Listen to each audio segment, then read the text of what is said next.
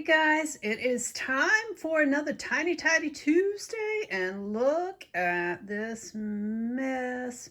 Had a bad week last week. Had to put down one of my favorite buddies. You've seen him in a lot of the videos. His name was Cappuccino. And I tend to work through things by creating. So got this chaos going on, and then of course I did right on top of that the new, I'm gonna say bivalent, that's how I would pronounce it, COVID shot, which of course vaccines always put me a little under the weather. So I've got a little artistic chaos.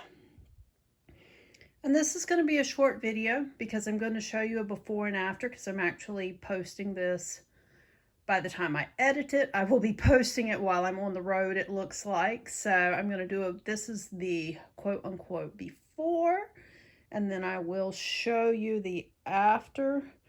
And I'm keeping it short just because I'm not sure, you know, when you're using hotel internet, how big of a file I can upload. So in just a minute, I'm going to snap my fingers and you will see the magic of YouTube at its finest.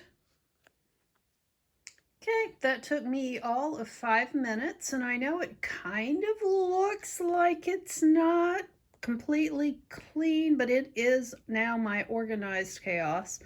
The items, sorry, I'm going to walk you closer, that are sitting here, I'm trying to decide what of these I'm going to take on the road with me. I'm leaning toward watercolors and maybe a smaller sketch pad or watercolor paper book, but I'm just not sure yet. Of course, then these are new to me supplies, so I'm like dying to play with them, but I know if I open them right now, I won't get my work done.